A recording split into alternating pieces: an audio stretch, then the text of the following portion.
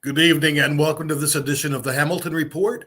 I'm Scott J. Hamilton, and today is the 23rd day of May, 2022. What that means is we are literally 5 weeks away from the primary, and it has already been a very exciting campaign year. We have seen some tremendous candidates that we are so fortunate who have stepped up to run this year.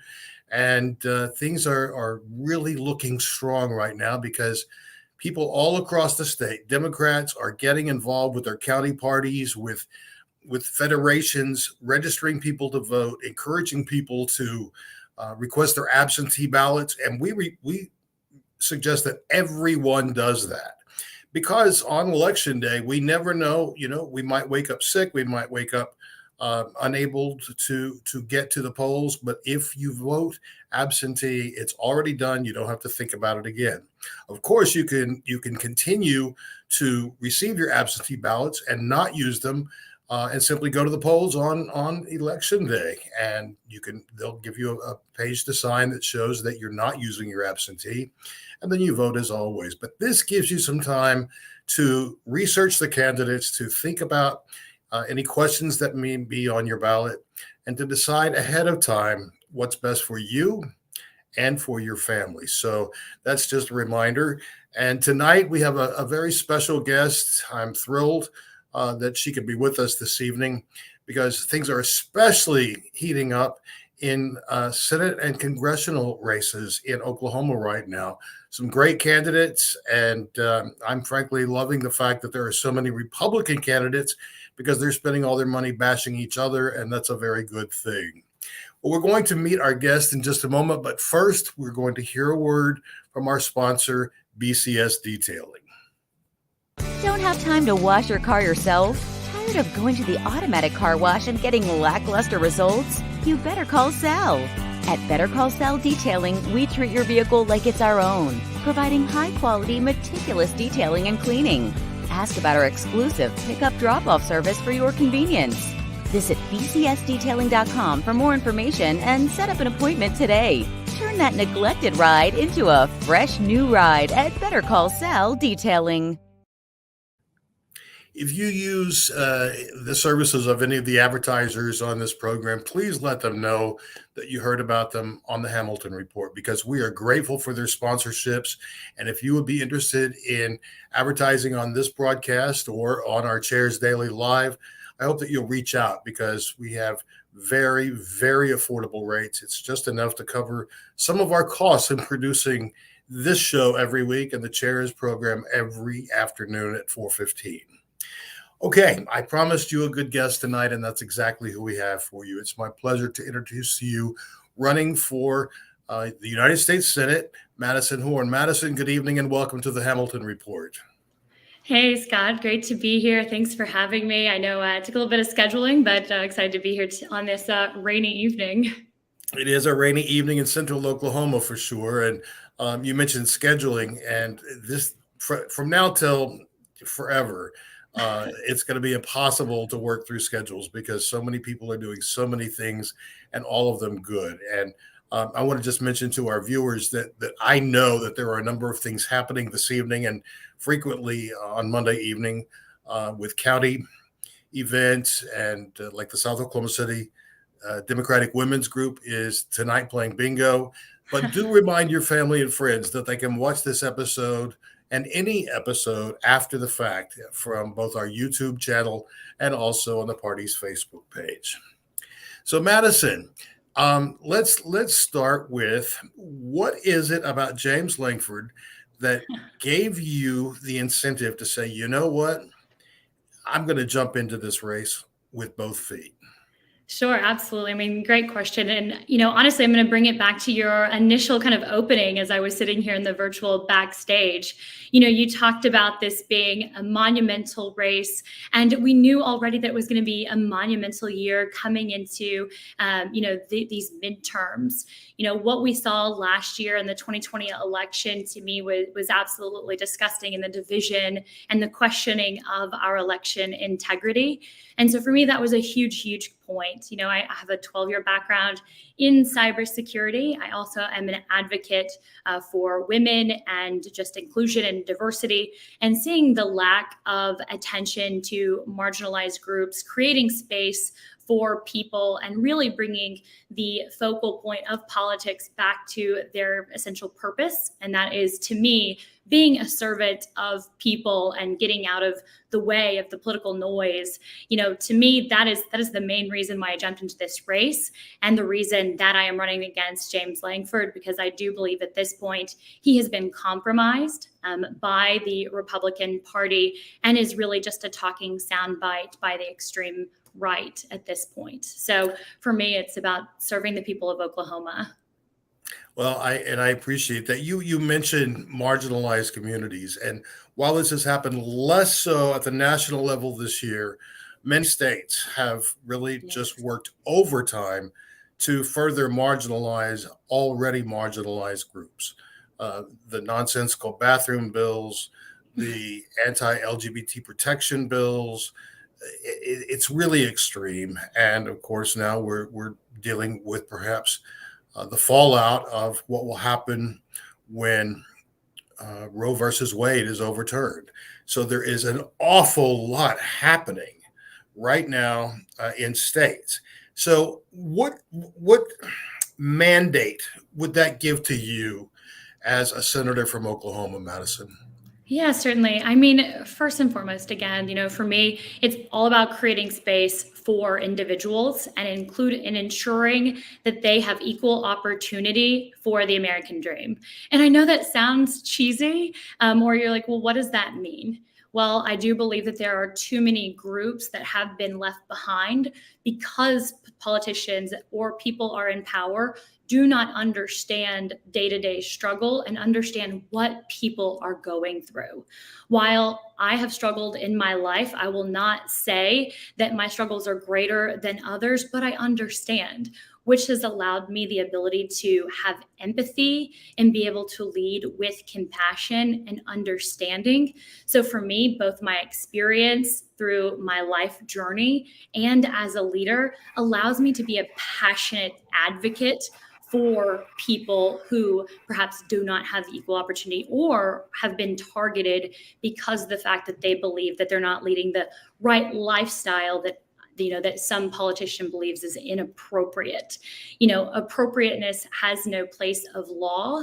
Appropriateness is an opinion, and individuals deserve rights. So for me as a U.S. Senator, one of my first things that I do want to accomplish is ensure that I am doing everything that I can to protect reproductive health care across the nation, not just here in the U.S., but also to ensure that our rural communities are being taken care of, as someone who grew up in rural Oklahoma, but then also to ensure that the LGBTQI plus community feels safe in Oklahoma and has space here and has advocates, and there's community outreach programs for them, because it's certainly a group in Oklahoma that I hear from, and who honestly, and I hate to use such a word, but living in Oklahoma is a scary place for them.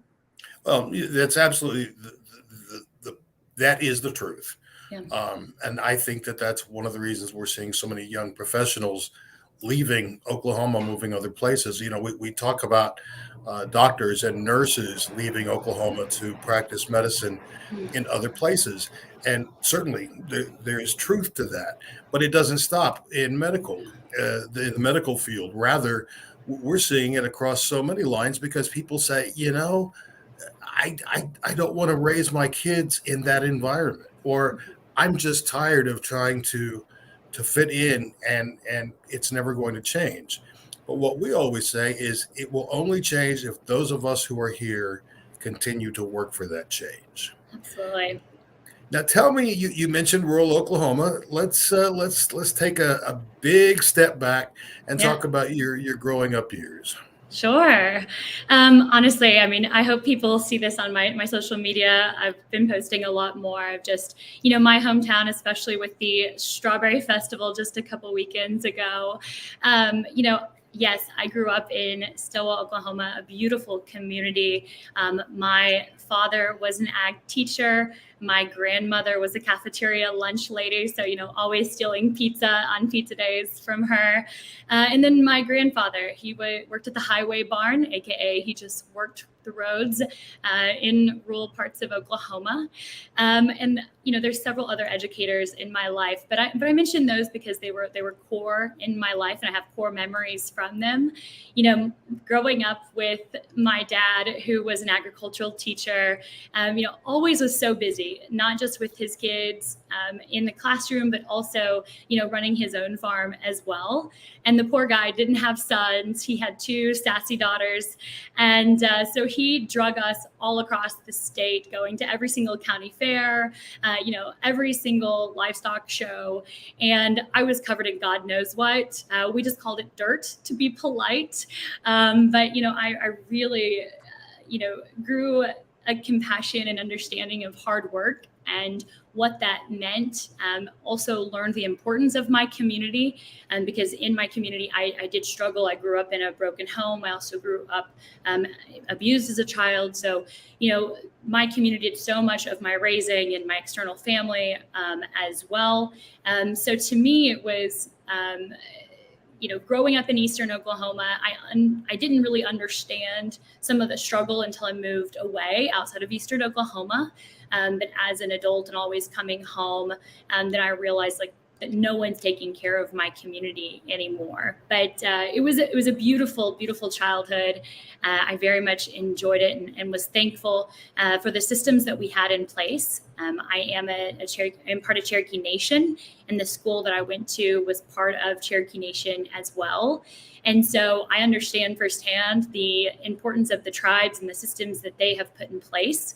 My elementary school bused me and my classroom to the dentist, every couple times a year. And that's when I got my teeth cleaned, or, I had cavities, from eating candy or whatever. But I got those things taken care of, and I had a healthcare system because of tribal services. So, I tell you those stories specifically because of the fact that it really told me, what is important, community, the systems that we need in life, because life is hard and everybody's struggles are different. But, we need to ensure that systems are there to protect people. Well, you've said a lot there, and one of the things when we talk about Oklahoma, people assume we're talking about Tulsa and Oklahoma City, and nothing could be further from the truth, because the majority of Oklahomans live in rural communities. Right. Now, I need to just take you to task for one thing, if I may. A couple of weeks ago, when the Queen of the Strawberry Festival was here, she brought strawberries to the governor, but you didn't bring me strawberries. So I'm just making a note of that. Duly noted.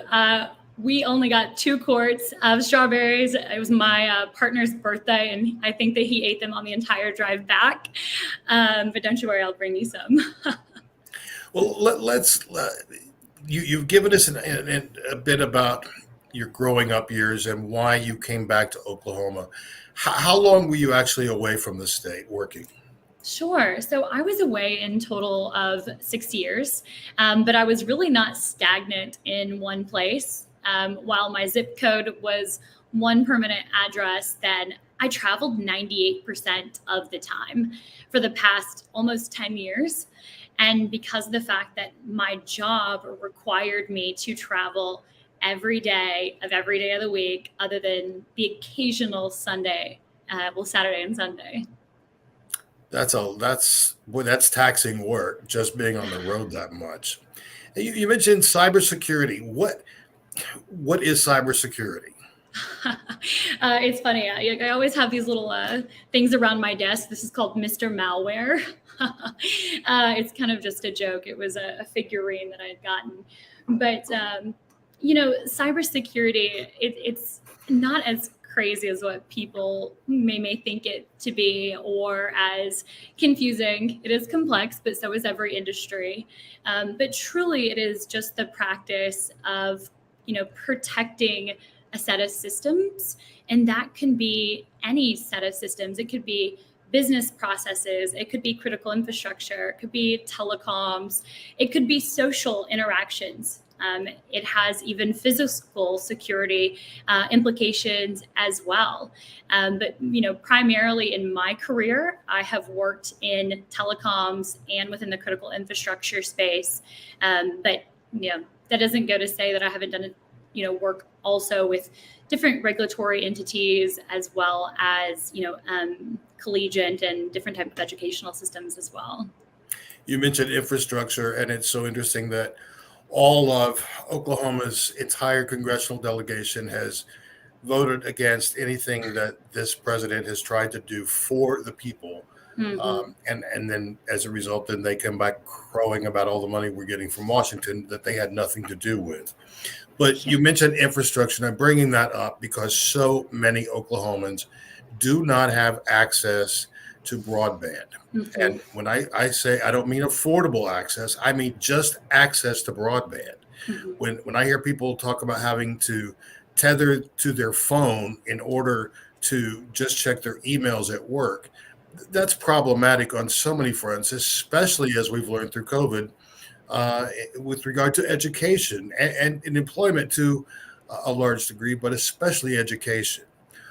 How do you see your role in the United States Senate as helping to reduce the number of people, not just in Oklahoma, but other places, who are literally being left behind because the infrastructure has failed them? Yeah, certainly. I mean, I'm a very unique candidate when it comes to a Democrat, or even when you just talk about the government as a whole. When elected, I will not only be the first woman U.S. Senator, hopefully alongside Miss Kendra Horn, but also I will be the first U.S. Senator with a tech background in cybersecurity. So, a huge part of my platform is ensuring that, constituents have 21st century representation. And what that means is modernizing our government from every single advantage point. And rural access is certainly one of them. I mean, I understand not just the technical feasibility and where we need to go, but I've also seen firsthand, some of the some of the negative impacts, like we all have, like you called out yourself, around education. There's also issues around farming as well. And I won't go too long of a tangent, but, I have, an aunt and an uncle who have chicken farms. And while it's a very modern, complex system, it's also very simple. But for them to be able to run just the basic, maintenance systems, then they have to have Wi-Fi. But the Wi-Fi that they have to pay for is through a little device, and the cost of this is astronomical. I mean, when they told me the price, I said, this is what I would have paid for maybe in 2 years for internet somewhere. So, why are you having to pay for a basic service that is very, lots of lags. It's always, out of service, or, can't be connected to. And, it just blows my mind. So when we talk about, expanding rural access, it can't just be, oh, well, they can get internet. Well, is it good, stable internet? What is the price? What is that accessibility? Because, while we look at the Maslow hierarchy of needs, I think it's air, food, shelter. We are living in a modern era where technology now interacts with every single part of our daily lives. And so for a child or for a farmer to not have access to internet, there's so many inefficiencies or things that are going to do that's going to put them behind. And we should be thinking about how we create equal opportunity for everyone. And I think Wi-Fi is a basic one. And I very much appreciate your sentiments there, because, there are lots of rural communities in Oklahoma that would actually experience, I think, great growth, especially as more and more people are working remotely. How amazing would it be to be able to live in a smaller community near a lake, for example, but have what you need to be able to do your work from where you are to any place in the world. And I think I just keep coming back to that because it is so important. But Absolutely. But you hit a critical piece. You're talking about earlier, so many young people want to leave Oklahoma. Well, during COVID, we saw, and people left the cities and they chose rural areas because they wanted space, they wanted greenery, they wanted to see beautiful parts of the country. Well, excuse me, but Oklahoma is the most beautiful state in the world. I mean, maybe people would argue, but I think Oklahoma is quite beautiful. So why are we not, leveraging this natural beauty of our state to bring people here? We have to enable them to do so. But to your point, we're not enabling a workforce that works very differently than, an office. So, absolutely, it'd be a phenomenal thing to be able to offer new people who are looking to move to new states with, better incentives, whether that be economic or purely because of the fact that, we have a beautiful growing cities that have so much opportunity, but not quite the traffic. And I appreciate you saying that, because there is a lot to see and do in Oklahoma, from the mountains to the plains. And I've heard people talk about skiing Mount Scott, although I would not recommend that to anyone. Madison, you mentioned something before about working with people. One of the greatest challenges, I think, in our country today is where we were left after the last president, because this country is a country divided. And we see that nowhere more clearly than we do in the United States House and Senate. They will cut their nose to spite their faces before they will ever support anything by a Democrat. And that has proven to be very ineffective for the people of this country. And I know you will be a freshman senator going in, but what do you personally hope to accomplish working across the aisle to begin a dialogue of people actually working together? Certainly. And hopefully for the viewers, we're not choppy or cutting up. Scott, you're coming through pretty choppy for me. I feel like I'm really on a news anchor right now. But hopefully everyone else can hear us. And I believe that you were asking a question around, what would I be able to do as a freshman senator to work across the aisle? Yes. Two of my campaign, I guess, phrases is, bringing logic back to politics. And the other one is really all about unity. You already called out, the lack of cooperation that we're seeing within our government, whether that be in Congress or in the U.S. Senate. And it's really because, Republicans don't want to give Democrats credit. Democrats don't want to give Republicans credit for bills that are being introduced.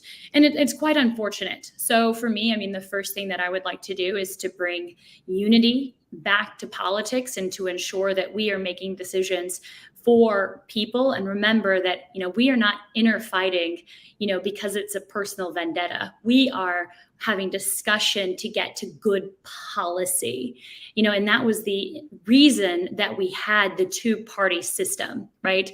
Is so that we are ensuring that there is a balance of two sets of ideas so that there can be one good policy coming out of this process.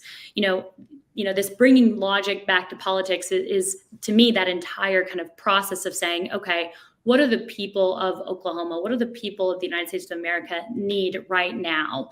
And having good conversation. As a leader, as someone who has experienced struggle in my life, like I've said earlier, for me, I come to the table with an opinion, of course, and facts of a matter. But I also come to the table saying, okay, what am I going to learn from the people around me so that, my response or what I have put together as I believe should be pushed forward is only amplified and only made better because of the people around me.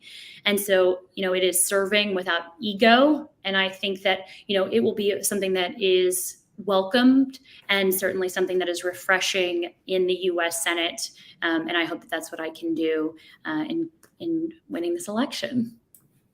Madison, we are very close to running out of time this evening. But tell us something. I can't hear you at all now, Scott. Can you not? Is that any better? Okay, I don't know if you can hear me or not. Um, so if you can hear me, I'm asking you to tell us something about you that you haven't told us already. Yeah, I can't hear And you at all. I'm sorry. I'm so sorry about that. Um, we will try to correct that. And I just want to thank you, Madison, for being with us this evening. Can you hear me now? I can hear you now. Yay. Okay, that's perfect. Then tell our viewers something about you that you haven't shared this evening, something that gives them a little glimpse of the person of Madison Horn as opposed to the candidate. Sure. I think it's funny. I think everyone has, or not everyone, but so many people have seen my cat come across the screen in different virtual meetings. But I have a cat named Cat from Breakfast at Tiffany's. I'm a huge Audrey Hepburn fan. I enjoy yoga. That is my sense of calm. I love the outdoors. Sometimes I'm just hanging out in Scissortail Park with a blanket and a book. So yeah, that's a little bit about me, I guess, like hobbies and a little bit about my pet.